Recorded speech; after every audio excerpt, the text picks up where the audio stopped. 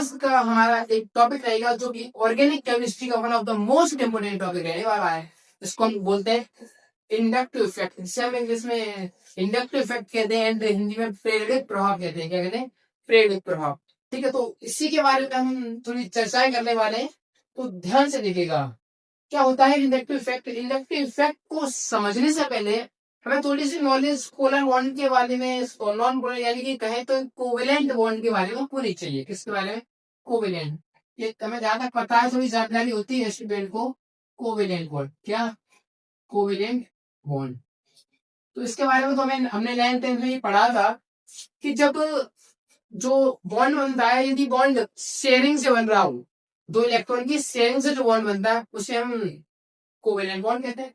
अब जो covalent bond होता है वो दो तरीके हो सकता है, या तो एक की ही शेयरिंग से बने, या यानी जो एटम हो दोनों सेम हो, यानी दो इलेक्ट्रॉन मैंने दिए, दो इलेक्ट्रॉन मेरे भाई ने दिए। अब क्या ऐसा हो कभी कि दो इलेक्ट्रॉन मैंने दिए, अब दो इलेक्ट्रॉन किसी और व्यक्ति ने दिए जो कि बहुत बड़ा है, यानी दोनों ने इलेक्ट्रॉन तो समान दिए, पर लेकिन एक बहुत बड़ा है और एक बहुत छोटा है। तो इसका मीन्स कि वहां पे इलेक्ट्रॉन की शेयरिंग तो हुई, पर लेकिन एक बहुत बड़ा था, एक बहुत छोटा था, ऐसा कुछ हो। और कभी ऐसा हो कि सेम हो, तो हम कहेंगे जो कोवेलेंट बॉन्ड होता है वो टू टाइप्स का हो। टू टाइप की होती है, टू टाइप। यदि एक बड़ा और छोटा हो तो दोनों की ताकत डिफरेंस होगी, दोनों की ताकत डिफरेंस होगी। यदि क्या कभी उसका मन हो तो इलेक्ट्रॉन छीन भी सकता है, तो यानी छीन लिया, और केमिस्ट्री की भाषा में इसे कहते हैं कि उसने छीन लिया, तो वो हो गया पोलर। कैसा हो गया? पोलर। यानी उस पर आ गया पोल। क्या आ गया? पोल। नेगेटिव आए पॉजिटिव आए बात की कहानी है। ठीक है, तो हम कहेंगे उस पर आ गया पोल।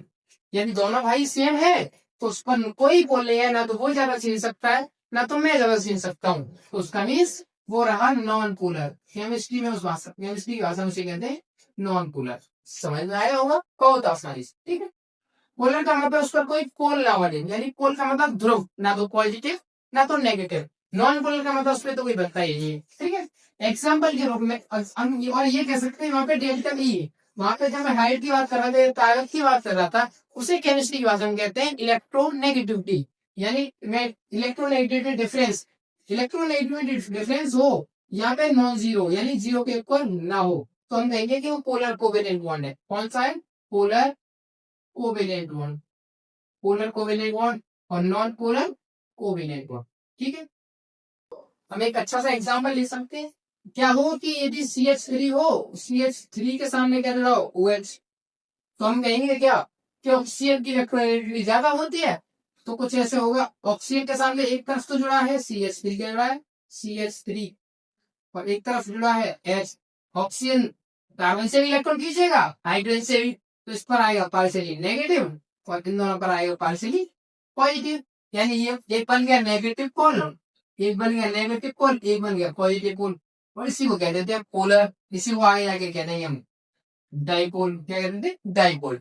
ठीक है, एकदम क्लियर होना चाहिए फंडा। अब थोड़ी सी आगे की बारी नॉन पोलर की कहानी। क्या होता है कि दोनों भाई सेम है, ये भी कार्बन है ये भी कार्बन है, दोनों के बीच में सिंगल बॉन्ड है। कौन सा बॉन्ड है? सिंगल। यदि ये टूटेगा तो इस कार्बन में एक इलेक्ट्रॉन आएगा, इस कार्बन में इलेक्ट्रॉन आएगा, और इसे ही हम केमिस्ट्री में कह देते हैं रेडिकल। इसे ही क्या कहते हैं केमिस्ट्री में? रेडिकल। क्या कहते हैं? रेडिकल। जैसे ये तो हो गया, अब सामने यदि Cl है, ये भी Cl है, बॉन्ड टूटा यदि, तो इस पर इलेक्ट्रॉन आ जाएगा, ये अपना इलेक्ट्रॉन ले लेगा, और इसे ही केमिस्ट्री में कह देते हैं radical. Polar bond and non polar bond आपके क्लियर होगा मैं समझता हूँ। अब क्या हो कि यदि ये पोलर हो, यदि ये पोलर कोवेलेंट बॉन्ड यदि नॉन पोलर के संपर्क में आते हैं, तो व्हेन कम्स इन कॉन्टैक्ट, क्या लिखेंगे? व्हेन कम्स इन कॉन्टैक्ट, यदि ये दोनों एक दूसरे के संपर्क में आते हैं, when comes in contact, when comes in contact. मैं आपको ये कहानी बता रहा हूँ कि ये कहानी इंडक्टिव इफेक्ट की आती कहां से? ये यहां से आती है। जब polar covalent bond and non polar एक दूसरे के संपर्क में आते हैं तो क्या होता है? When comes in contact.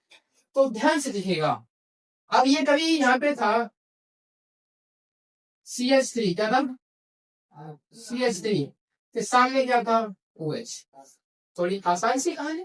ठीक है, अब थोड़ा आसान वे में समझाते हैं इसे। अब क्या हो सकता है, इनके कॉन्टेक्ट में आने के दो तरीके हो सकते हैं, या तो हवा हवा में आ जाए, यानी दोस्ती या तो फोन पर ही हो जाती है, कभी देखा होगा दोस्ती किसी की फोन पर ही हो जाती है। अभी तो फिलहाल में बहुत हमारे पास सोशल मीडिया जम रहे तरीके हैं, तो या तो कभी दोस्ती फोन से ही हो जाती है, या तो कभी आमने सामने से होती है। आपके बहुत सारे दोस्त होंगे, आपने ऐसा देखे भी ना हो, देखे हो सकते हैं पर, लेकिन बातें हमेशा दूर से ही होती है। कुछ दोस्त होते हैं जिनसे कभी दूर से भी होती है और सामने से भी होते हैं, यानी या तो थ्रो स्पेस या तो थ्रो बॉन्ड। ठीक है, तो इनके दो तरीके हो सकते, दो तरीके होते हैं, या तो ये थ्रो स्पेस या तो ये थ्रो बॉन्ड। हम कहेंगे या तो थ्रो स्पेस या तो थ्रो बॉन्ड, या तो थ्रो बॉन्ड। देखिएगा, थ्रो स्पेस और थ्रो बॉन्ड। तो थ्रो स्पेस में क्या होगा यार, कॉन्टेक्ट में दो तरीके के, पोलर और नॉन पोलर कैसे आने वाले हैं। ठीक है, अब देखिएगा, ये कुछ मॉलिक्यूल है हमारा, ये वाला। ठीक है, ऑक्सीजन है, इधर हाइड्रोजन है, इधर है CH3। क्या है, CH3। इसके ऊपर पार्शियली नेगेटिव है, इसके ऊपर पार्शियली पॉजिटिव, इसके ऊपर पार्शियली पॉजिटिव है। ठीक है, अब क्या होगा, किसके सामने नॉन कॉन्टेक्ट वाला आ जाए। सपोज जैसे हमने एक Br माना इधर, अब बॉन्ड टूटेगा तो पता है कि इस पर भी Br इलेक्ट्रॉन आएगा, इस पर भी Br के ऊपर एक इलेक्ट्रॉन आएगा। तो यदि इसके सामने से यदि Br2 आ जाए, इसको मैं Br कह देता हूँ और यहाँ पे भी Br। ठीक है, अभी हमें पता है कि ये नॉन पोलर है, पर लेकिन ये वाला जो है वो पोलर है, ये वाला नॉन पोलर है। यदि बॉन्ड टूटेगा भी तो इस पर एक इलेक्ट्रॉन आएगा, इस पर एक इलेक्ट्रॉन आएगा। क्लियर होगा, पर लेकिन इसके यदि ये संपर्क में आता है तो आप पता है कि ये इससे भी इलेक्ट्रॉन खींचने लगेगा। तो इसी की वजह से जब ये कॉन्टेक्ट में आया तो कुछ समय बाद ये तो ऐसे ही रहेगा, पर लेकिन Br जो है ये नेगेटिव हो जाएगा, Br ये पॉजिटिव हो जाएगा, इस पर पार्शली पॉजिटिव आने लगेगा और इस पर पार्शली नेगेटिव आने लगेगा। इधर X तो जुड़ा है, इस पर पार्शली पॉजिटिव है, इधर CH3 है, इस पर वही पार्शली पॉजिटिव है।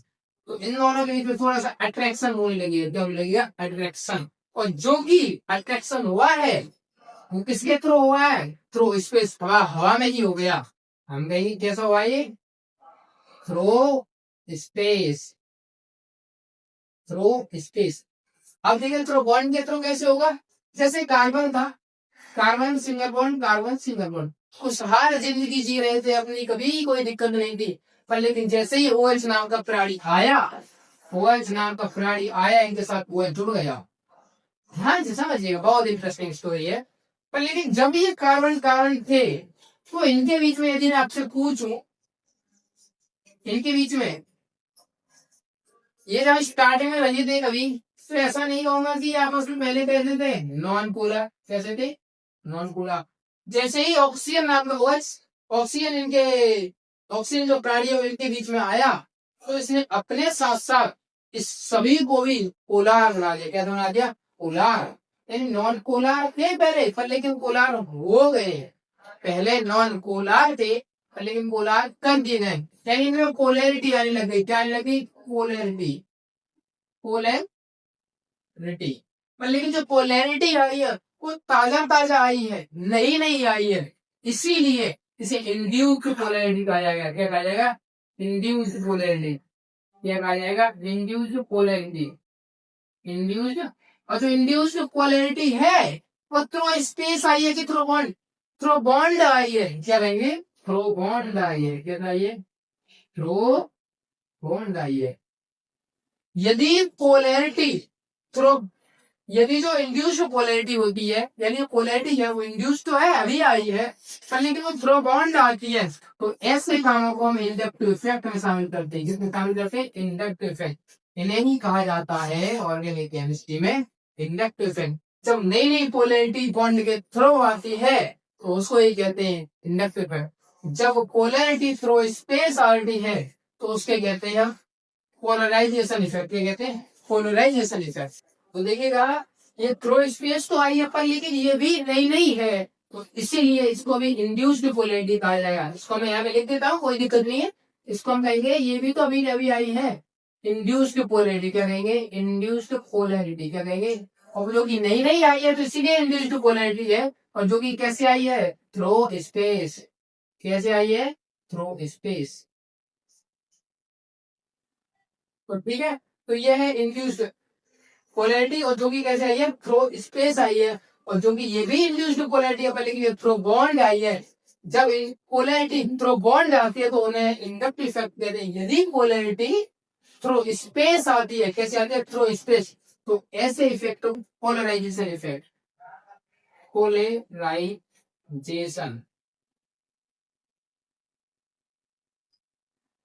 यदि इंड्यूस्ड पोलैरिटी थ्रो स्पेस आती है तो इन्हें पोलराइजेशन इफेक्ट कहते हैं। इंड्यूस्ड पोलैरिटी यदि थ्रो बॉन्ड आती है तो इन्हें हम इंडक्टिव इफेक्ट कहते हैं। ये ध्यान रखिएगा, यदि पोलैरिटी पहले वो नॉन पोलर था, यदि पोलैरिटी अभी आई है और जो भी थ्रो बॉन्ड आती है तो उन्हें हम इंडक्टिव इफेक्ट कहते हैं। ये हमारे लिए बहुत ज्यादा काम का है नहीं, पर लेकिन इसके ध्यान रखिएगा, पहले ये नॉन पोलर था, बाद में पोलैरिटी आई तो कहेंगे इंड्यूस्ड पोलैरिटी, जो कि थ्रो बॉन्ड आई है तो इसलिए इसे इंडक्टिव इफेक्ट कहा जाएगा।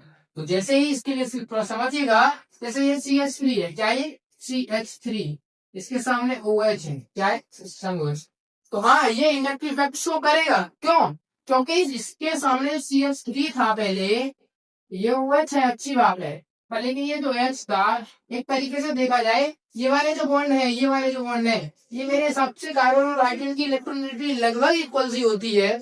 तो इसका मतलब ये जो पहले बॉन्ड थे, ये पहले कैसे थे, नॉन पोलर, कैसे थे, नॉन पोलर। तो इनमें इलेक्ट्रोनेगेटिविटी की वजह से, इस ऑक्सीजन की इलेक्ट्रोनेगेटिविटी की वजह से इनमें पोलैरिटी आने लगेगी, इस पर पार्शियली नेगेटिव आएगा, ये इलेक्ट्रॉन खींचेगा, ऑक्सीजन खींचेगा इससे, ये खींचेगा ऊपर से, तो इस पर पार्शियली पॉजिटिव।